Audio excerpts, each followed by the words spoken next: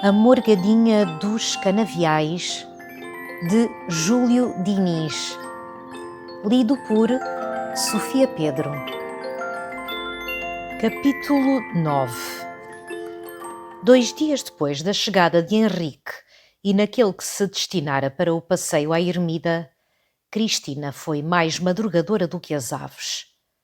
À hora a que estas ainda se não agitam nos ninhos, já a prima de Madalena abandonava o leito, receosa de se fazer esperar pelos companheiros da projetada excursão matinal. Quase não dormira toda a noite aquela rapariga com tal preocupação. As estrelas viram-na erguer e tiveram muito tempo de se despedirem dela antes de se esconderem discretas ante o aparecimento do dia. Cristina vestiu-se à pressa e dirigiu-se ao quarto de Madalena. Esta dormia ainda. O projeto do passeio à ermida não a alvoroçara tanto. Cristina foi acordá-la ao leito. A Morgadinha abriu os olhos e fitou-os admirada na prima. — Que queres tu, Cristina? Que lembrança foi essa hoje de andares estremunhando a casa esta noite? — Levanta-te, preguiçosa, levanta-te. Não o dizia eu ontem? Então são estas as madrugadas que falavas? Certo que não são madrugadas. Isto é noite, é o que é. Dentro em pouco é dia. Queres ver? E dizendo isto, Cristina abriu para trás as portas das janelas e correu as cortinas. A estrela da manhã, Vênus, aquela brilhante e ao mesmo tempo suave estrela que umas vezes assiste no crepúsculo às melancolias da natureza, outras vezes na aurora ao renascimento dos seus júbilos, cintilava mesmo defronte do leito de Madalena. — Vês? — disse Cristina. — Muito pouco. É esse o teu sol? Como vai alto! É pena que não alumie melhor do que esta lamparina. Cristina sentia redobrar com estas delongas a sua impaciência quase de criança. — Anda, Lena, anda! Assim não chegamos a ver do alto da ermida o romper do sol. — Pois queres ver isso de lá? Que crueldade! Em uma manhã de dezembro! Está tão bonita que parece de primavera. Ai, triste lembrança à nossa ontem de combinarmos este passeio. Isto é lá coisa que se faça. Vale por uma viagem aos polos. Cristina não fazia senão ir do leito de Madalena para a janela e voltar da janela para o leito, em virtude daquela irresistível necessidade de movimento, embora sem ordem nem fim, que experimentamos quando nos deixamos apossar da impaciência. Não fazes ideia como está bonito cá fora. Em alguns pontos ainda se vê neve. Oh, que agradável e tentadora beleza! Ainda se vê neve. Parece-me que já estou gelada. Com esta palavra tiraste um alento que é ganhando, vês? Mas não está frio. Até parece que aqueceu o tempo. Então, Lena, eles não tardam por aí. Cuidas que te vai custar muito e é um engano. Aqui estou eu, que não sinto frio nenhum. Ora, mas tu estás em condições muito particulares. Quem tem uma fogueira no coração não precisa... Aí principias com as tuas coisas. Eu não sei. O que é certo é que esse teu entusiasmo pelos passeios matutinos não é natural. Quantas vezes recusaste acompanhar-me quando eu te os propunha?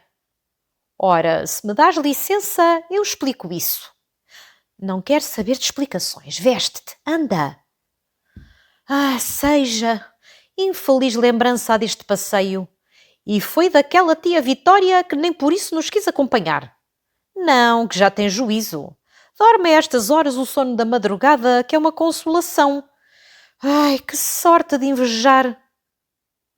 E a Morgadinha, continuando assim a exagerar o sacrifício daquela madrugada e a eludir os motivos secretos a que ela atribuía o ardor e a heroicidade da prima ante os rigores de dezembro, tudo isto de propósito para a ver impaciente, principiou a vestir-se. Cristina ficara à janela, espiando os progressos do amanhecer e transmitindo à prima as observações que fazia. — Olha, eu que digo, já o Manuel vai abrir o portão. Não ouves os pardais cantar? É dia claro já. Havemos de chegar com o sol à ermida, o que não tem graça nenhuma. Havia-te, Helena. Hás de ser a última a estar pronta. Aí vai já o Luís com o almoço. É que não chegamos lá senão ao meio-dia. Ele aí vem, eu bem o digo. Ele? Quem é esse ele que vem aí? Pois quem há de ser? Então não é o primo Henrique que nos acompanha? É o primo Henrique, é o senhor Augusto e é o Luís que tua mãe teimou em mandar com o almoço. Não sabia qual dos três te merecia as honras de um ele. Eu dizia o primo Henrique, que já está no pátio, disse Cristina, que nesta ocasião correspondia ao cumprimento que o recém-chegado lhe fazia de baixo. Então com efeito já chegou? Perguntou a Morgadinha admirada. Bravo, nunca o esperei. Ai, Cristo, que me parece que ele também tem alguma coisa no coração. Também o julgo, respondeu Cristina despeitada. É ver como ontem te falou. Sossega. Quando o coração tem alguma coisa, não se fala assim com a pessoa que causou esse mal. Não sei o que ele me está a dizer, disse Cristina olhando para o pátio. Posso abrir a janela, Lena? Eu já estou preparada para sofrer todas as crueldades esta manhã. Abre lá a janela, abre, fala-lhe. Cristina correu a vidraça. A voz de Henrique chegou distintamente aos ouvidos de Madalena. Então aquela grande madrugadora da nossa prima, onde está? Perguntou ele a Cristina. Cristina respondeu, sorrindo. Está a fazer a diligência que pode para ficar pronta antes do meio-dia. Oh, que vingança a minha! Ela que tanto falou da minha indolência! Disse Henrique jovialmente e continuou falando sempre de Madalena e elevando a voz às vezes para se dirigir diretamente a ela, mas sempre sem receber resposta. Esta insistência impacientou Cristina, para quem ele nem um galanteio tivera ainda. De maneira que nós, priminha, continuou Henrique, damos uma lição de mestre àquela arrogante de ontem. Estou ansioso porque ela nos apareça. Quero ver a coragem com que ousa apresentar-se. Eu vou chamá-la, disse secamente Cristina. E veio dizer a Madalena, com certo modo que não podia escapar a esta. Olha se apareces ali ao Sr. Henrique de Souselas, que não descansa enquanto te não vê. A Morgadinha, que acabava de ajustar ao espelho as tranças, dando ao penteado a mais singela e graciosa disposição, voltou-se para a priminha e disse-lhe sorrindo. Isso são já ciúmes? Mal sabes quanto gosto de ver assim. Ao menos haja a vida nesse teu coração, minha pobre pequena. O que te peço é que não me odeies só porque esse rapaz se lembrou de perguntar por quem não via. Estás a imaginar ciúmes como ontem imaginavas amores? Justo. E com a mesma felicidade em acertar, podes ir acrescentando. Mas parece-me que aí está mais alguém no pátio. Ou se falar, vai ver. Será Augusto? Nesse caso, espera-se só por mim para completar a caravana. E eu estou pronta. Marchemos. Augusto havia efetivamente chegado ao pátio. Henrique trocara com ele alguns cumprimentos e principiaram depois ambos a passear, um ao lado do outro, à espera das que deviam ser-lhes companheiras na romagem. A conversa manteve-se pouco animada. Augusto não era expansivo com as pessoas a quem o não prendiam hábitos de longa intimidade. Henrique, talvez por não conhecer a extensão e natureza dos conhecimentos de Augusto, abstinha-se de falar nos assuntos em que entraria de mais vontade. Falaram, pois, de coisas indiferentes a ambos e quase frívolas. No frio, na chuva, no inverno e no verão, nos prós e contras da vida do campo e de vários outros assuntos secos de si e já, além disso, muito esgotados. E tudo cortado por aquelas pausas e silêncios constrangidos e insuportáveis que o leitor há de conhecer por experiência. Digamos nós a verdade. Estes dois homens não sentiam um pelo outro aquela súbita e inexplicável simpatia que abre os corações e dá margens a confidências. Nos 2 curtos encontros que tinham tido, manifestara-se entre eles certa frieza mais que cerimoniática, uma quase desconfiança instintiva. Chegaram as senhoras. Foram acolhidas com prazer por ambos. Ainda quando não fossem senhoras, o seriam.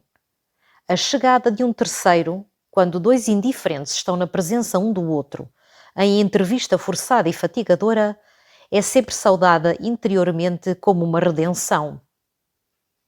Madalena e Cristina vinham ambas formosas, com a espécie de mantilhas ou capuzes que usavam, adequados aos rigores de uma manhã de dezembro. Apareceram ambas a rir. Foi o caso que, passando próximo do quarto de Dona Vitória, pé ante pé, para não a acordarem, esta pressentiu-as e mesmo do leito perguntou-lhes: "Então já vão, meninas?" "Vamos, tia." "Vamos, mamã," responderam as duas ao mesmo tempo. "O Luís já partiu com o almoço?" "Já partiu, já, minha senhora." "E ides agasalhadas?" "Como se fôssemos para a Sibéria," respondeu Madalena. "Olhai, sempre levem os guarda-chuvas por cautela e ide com Nossa Senhora." "Cá os levamos. Adeus, tia." "Adeus, mamã." "Adeus, filhas, até logo, se Deus quiser. Olhai lá, não vos estafeis." Ora, os tais guarda-chuvas é que não iam. Para quê? Com uma manhã daquelas que nem de inverno parecia, pois que até o frio abrandara com o vento. Por isso é que vinham ainda a rir.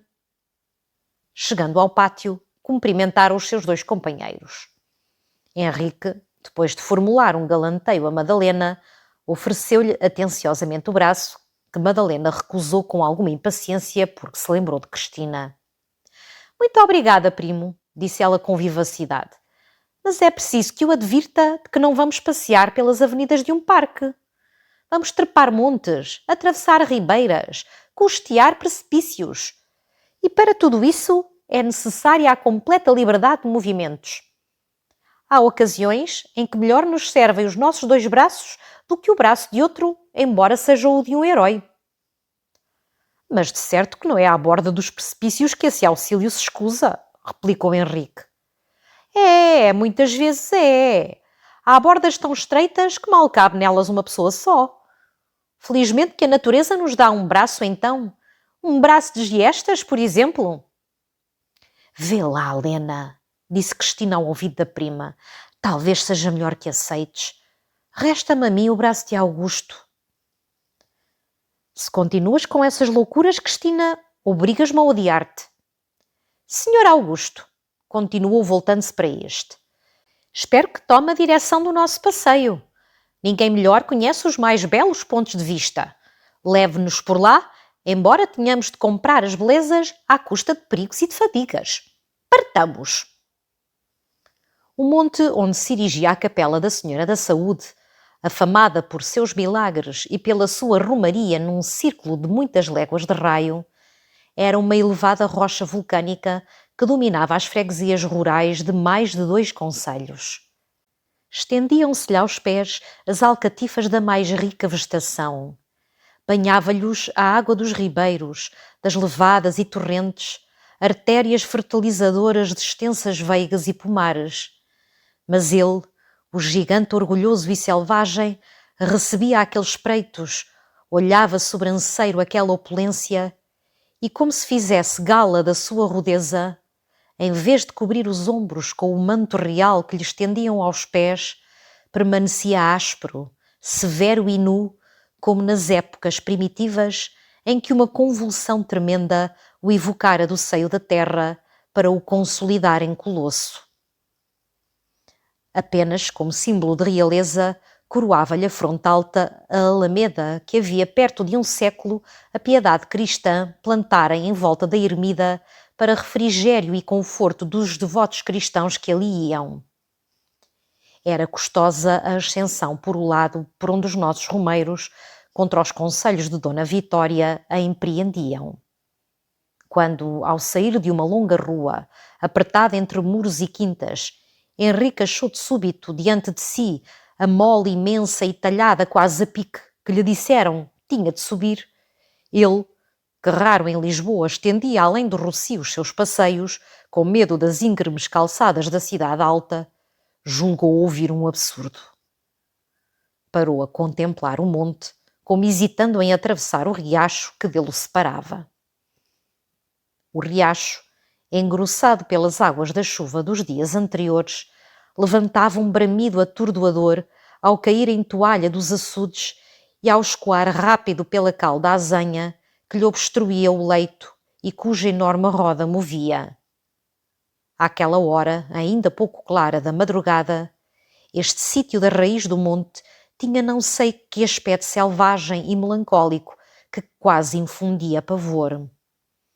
Os altos chopos, em que se enroscavam como serpentes negras os troncos flexuosos e despidos das vides, mais longe o canavial ondulando ligeiramente ao perpassar através dele a brisa da madrugada, e, aqui e além, um desses degenerados aloés dos nossos climas, débeis e enfesados, como se os devorasse a nostalgia da sua verdadeira pátria, eram acessórios que concorriam para o efeito geral do quadro. A morgadinha, percebendo a hesitação de Henrique, deu-lhe alento com lançar-lhe em rosto a sua pusilanimidade. Henrique encheu-se de brios e atravessou, com não menor denodo do que os outros, o riacho, por o passadiço de altas pedras, colocadas a pequena distância uma das outras e que as águas a cada momento ameaçavam cobrir. Atravessada a corrente, seguia-se escalar o monte. Para isso, tornava-se indispensável caminhar em continuados zigue-zagues, aproveitando os cortes que a fosse do tempo conseguira abrir naquela massa granítica e os toscos degraus com que uma arte rudimentar procurara facilitar por aquele lado o acesso da ermida à piedade dos devotos. As dificuldades para Henrique eram contínuas. A cada momento, os embaraços deste forneciam motivo para risos da parte de Madalena. Cristina não lhe podia levar a bem que se risse daquilo. Para compensar as fadigas de tão trabalhosa ascensão, havia, porém, a paisagem, que a cada passo andado, a cada ângulo que se dobrava, aparecia mais surpreendente e maravilhosa. Poucos peitos teriam força para reprimir um brado de admiração. As névoas daquela manhã de dezembro não eram bastantes para velarem a beleza do quadro. À medida que os nossos 4 peregrinos iam subindo, ampliava-se-lhes mais e mais o horizonte. Aveludava-se a relva da planície. Parecia aplanarem-se os outeiros vizinhos e os campos tomavam a aparência dos canteiros de um jardim. Henrique não retinha o entusiasmo que aquele espetáculo lhe causava. É magnífico, é admirável, é soberbo, dizia ele a cada momento e quando não era inquietadoramente preocupado com os perigos do caminho. O entusiasmo de Augusto não era menos vivo. Dir-se-ia que eram os montes a sua pátria e que a melancolia nostálgica que o oprimia na planície se ia dissipando à medida que subia a encosta. Madalena e Cristina também não estavam menos impressionadas por o que viam. Esta, porém, tinha uma causa secreta a aguarentar-lhe o prazer que as belezas naturais lhe pudessem ocasionar. Era esta causa a mesma dos seus leves despeitos de pela manhã. Henrique continuava a ser todo atenções e galanteios com Madalena. Parava a cada momento naqueles pontos do caminho que lhe pareciam mais difíceis de vencer para lhe oferecer a mão a ela, sempre a ela, a quem dirigia também todas as reflexões que o aspecto da paisagem lhe suscitava e nunca a esquecia da Cristina, que nesses momentos quase achava a manhã desagradável e o sítio feio e sombrio. A morgadinha respondia sempre em curtas frases a Henrique e recusava insistentemente o auxílio que ele lhe oferecia. Estou a suspeitar que esses oferecimentos do primo são mais devidos à necessidade que sente de quem o auxilie do que ao empenho de nos auxiliar, disse ela sorrindo. A falar verdade, para quem tem passado a vida a trilhar os passeios do Chiado que admira. Eu fui criada nisto. Tenho um pouco de alpestre. Adiante. E de uma ocasião em que estava perto dele, disse-lhe a meia voz: Pode ser que Cristina careça mais do seu braço, primo. Ainda não teve a lembrança de lhe o oferecer. Henrique só então deu por esse esquecimento. Apressou-se a remediá-lo, oferecendo a Cristina também o braço, que esta recusou corando. Então, por que recusas? Perguntou-lhe a morgadinha em voz baixa. Porque não quer abusar da delicadeza dele nem da tua. A morgadinha abanou a cabeça em ar de repreensão, fitando-a, mas não lhe disse nada. Pouco a pouco ia sendo mais completo o silêncio em torno deles. Já tinham passado acima dos rumores do vale que não subiam a mais de meia encosta. Chegaram, enfim, ao cimo do monte. Tudo anunciava o próximo aparecimento do sol. Chegámos a tempo! Exclamou Madalena, que deitando a correr fora a primeira que atingira a planura. Sua Majestade ainda não se levantou. Os outros estavam dentro em pouco tempo ao pé dela. Houve um longo espaço de silêncio, concedido espontaneamente à contemplação daquela perspectiva solene. As primeiras palavras que se disseram foram ditas em voz baixa, naquele tom que insensivelmente lhes damos quando na presença de um espetáculo grandioso e belo. Fala-se baixo e pouco. Não se formulam longos períodos de aprimorado estilo. Nivela-se a eloquência de todos em simples frases, como estas: é belo, é magnífico, é sublime. E nada mais. Pouco mais disseram os quatro na ocasião de que falamos.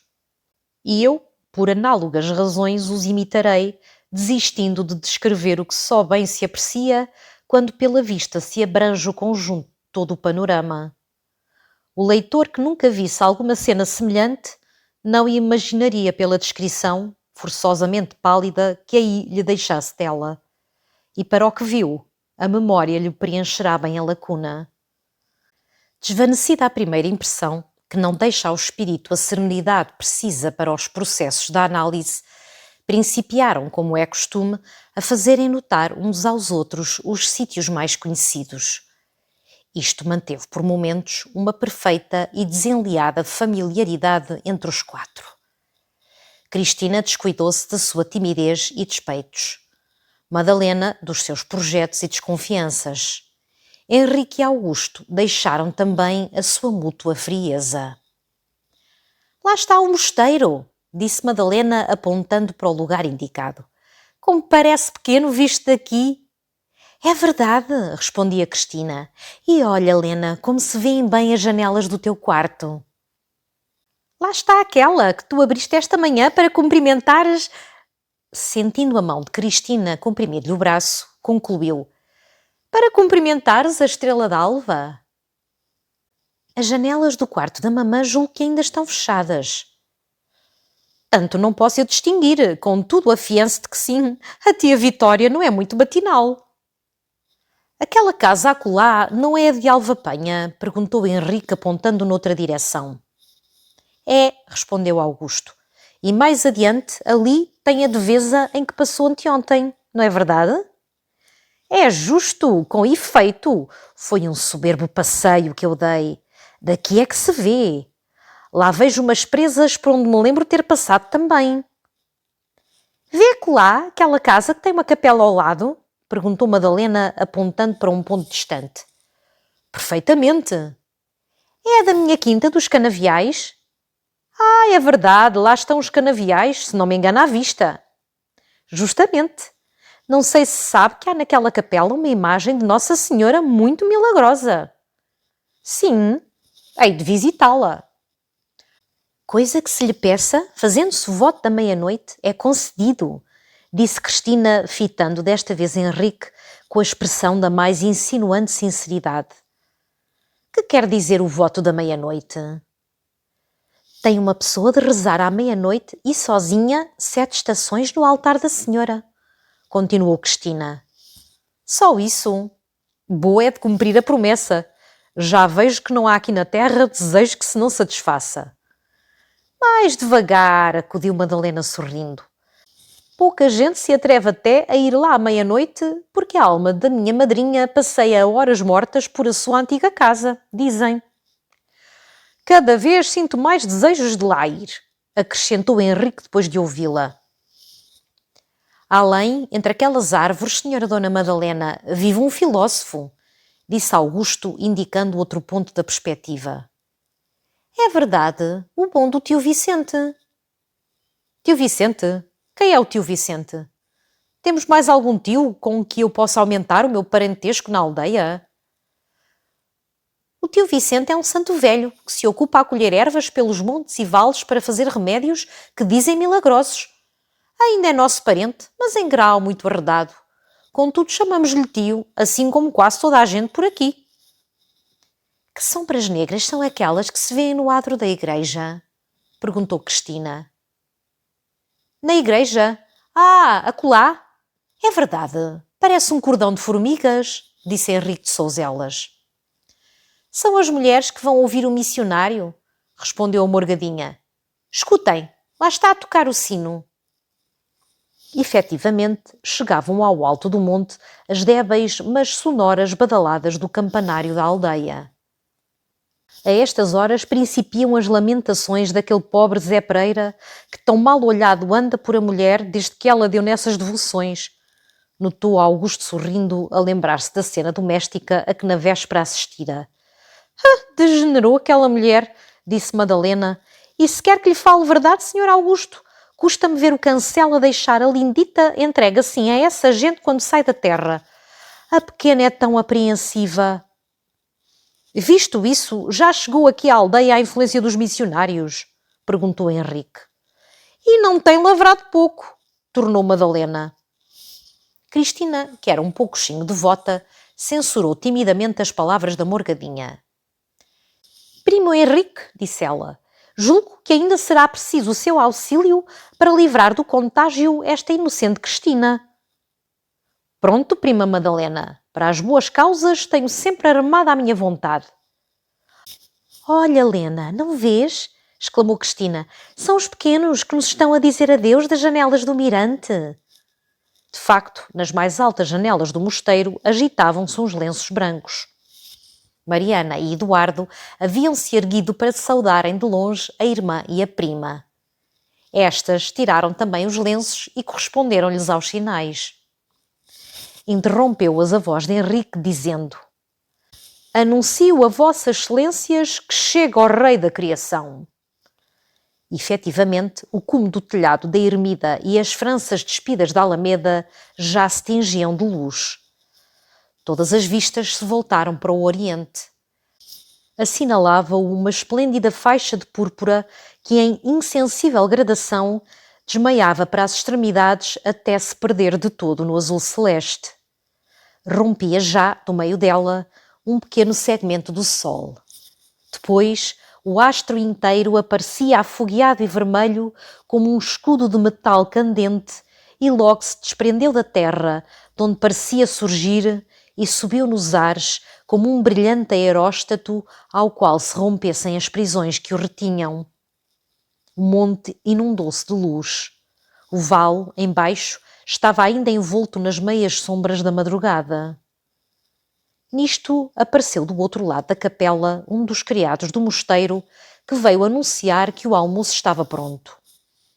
Pois deveras temos um almoço? Exclamou Henrique sinceramente surpreendido. Graças à previdência de minha tia. Previdência de que eu zombava em casa, mas que sou obrigada a admirar agora. De facto, parece-me que estes ares do monte e frescuras da madrugada lhes devem ter aberto o apetite, respondeu Madalena. E logo após continuou para Henrique. Agora é a ocasião mais acomodada de pôr em prática os recursos do seu galanteio, primo. Quer dar o braço a Cristina? Henrique, em quem a Morgadinha suspeitara a intenção de lhe render a ela a fineza que assim declinou na prima, teve de condescender, limitando-se a exprimir num olhar as suas queixas. Olhar que Madalena fingiu não perceber. E, conversando e rindo, dirigiu-se para o lugar onde, sobre uma mesa de pedra e lousa e ao ar livre, estava disposto o almoço. Dona Vitória não era senhora que se saísse mal de empresas destas. A alvura da toalha, a excelência da louça e o bem disposto e apurado das iguarias convidavam. Não se concebe apetite refratário a um tal conjunto de circunstâncias. O fastio, neste caso, seria um fastio mórbido, correspondente à lesão orgânica e, como tal, sem poesia. Henrique e Augusto, principalmente, fizeram, como era natural, justiça à cozinha do mosteiro. Henrique, que parecia haver esquecido as suas 1001 doenças, conversou animada e espirituosamente. Contaram-se anedotas. Augusto aplaudiu as de Henrique. Este riu com vontade das que ouviu a Augusto. A morgadinha, por sua própria mão, preparou o chá. Nestas alturas do almoço, encetou novamente Henrique o tiroteio de amabilidades de que por muito tempo não sabia prescindir. Dir-se-ia ser este o sinal para se perturbar a santa harmonia do congresso. Parecia que todos os outros, mais ou menos, se sentiam contrariados. Henrique ficara sentado junto da parede da capela. Inclinando-se sobre o espaldar da cadeira a saborear um charuto havano, descobriu umas letras escritas na parede exatamente por cima da cabeça. «Bravo!» exclamou depois de as ler para si. «Não imaginava que havia poetas na aldeia. Querem ouvir?» E leu. Se estás mais perto do céu, nestas alturas da serra, ai, porque tens, peito meu, ainda saudades da terra. Em vez de erguer os olhares à luz deste firmamento, deixo-os à sombra dos lares onde tenho pensamento. É pena que a chuva apagasse o resto. Quem é o bardo, prima? Não sei, da aldeia de certo que não é, respondeu Madalena com indiferença. Augusto ergueu-se da mesa e foi passear para a Alameda. Da aldeia não, diz a prima. E por que não? Com esta natureza é fácil criarem-se os poetas. Eu estou vendo nesta quadra a folha solta de um romance. Aqui a serra de algum Bernardim inédito, tão capaz de escrever de saudades como de as sentir. Os lares pela sombra dos quais o olhar do poeta trocava os esplendores do céu, algumas dessas casas que aí se vêem embaixo. Quem sabe se não será até o mosteiro? Eu, por mim, confesso que se estivesse hoje aqui só ou em outra companhia, acrescentou olhando significativamente para a morgadinha, não teria dúvida em subscrever esta quadra como a exata expressão do meu sentir, porque, em vez de erguer os olhares à luz deste firmamento, eu também os baixaria aos lares onde tenho pensamento. Cristina levantou-se também da mesa e foi ter com Augusto à Alameda. Madalena, que a seguiu com a vista, não disfarçou um gesto de despeito ao ficar só com Henrique. Prima Madalena, disse em tom mais afetuoso Henrique, passado o tempo, e depois de mais algumas palavras. Deixe-me falar-lhe com franqueza agora que estamos sós. Conhecemo-nos há 2 dias. Eu, porém, sinto-me tão seguro já do que lhe vou dizer que não hesito. Não pode imaginar a indelével recordação que me ficará desta manhã. Perdão, atalhou Madalena. Diga-me primeiro o que é isso que me vai dizer. Prepara-se para me agradecer o almoço? Eu sou como aos reis. Gosto de estar prevenida do sentido das felicitações que me dirigem para ir preparando uma resposta adequada. Que prazer tem em ser cruel. Deixemo-nos de loucuras, continuou Madalena séria já. Quem ouvisse o Sr. Henrique de Souselas havia de supor que se preparava para me fazer uma declaração. Uma declaração do mais puro afeto, do mais sincero sentimento, por que não? Ah, pois se eram essas de facto as suas intenções, peço-lhe que desista delas. Porquê? Porque não posso escutá-lo. Ou não quer. Ou não quero, seja. Teria eu desventura de chegar tarde, prima? Acaso o seu coração já... Que impertinente pergunta! Se já, não tenho ainda no Sr. Henrique a necessária confiança para o tomar por confidente. Conhecemo-nos apenas de ontem, que é o mesmo que não nos conhecermos. e acrescentou logo depois: Cristina, anda a ser árbitra numa disputa entre mim e o primo Henrique. Que vai fazer? Perguntou-lhe Henrique admirado. Cristina aproximou-se. Augusto seguiu-a. Henrique não desviava os olhos da morgadinha que, sem lhe dar atenção, prosseguiu para Cristina. O primo Henrique falava com certa exaltação da doçura do teu caráter. O meu amor próprio disse-me que era pouco delicado estar assim a lisonjear uma mulher na presença de outra e redargui por isso, pondo em dúvida a asserção e afirmando que havia um fermentozinho de maldade na tua doçura. Ele nega por impossível. Eu insisto, e estamos nisto.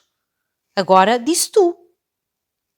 Cristina corou intensamente e não teve que responder.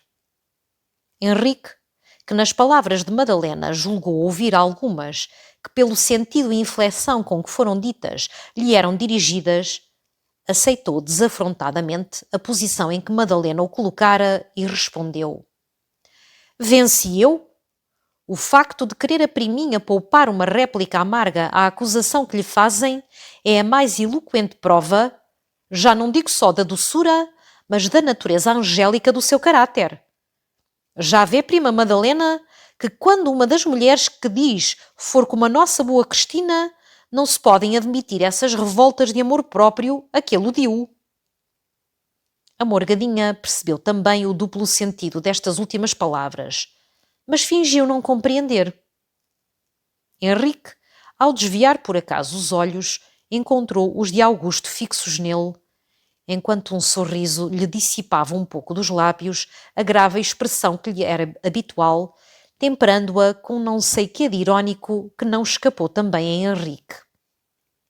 Os olhares destes dois homens trocaram-se por momentos sem que nenhum parecesse disposto a baixar-se diante do outro. Desviou-os, porém, uma dupla exclamação de Madalena e Cristina, dizendo: Olhem o tio Vicente por aqui! Dobrava efetivamente naquele momento a esquina da ermida e aproximava-se da mesa do almoço o velho ervanário em que já temos falado no decurso dos passados capítulos.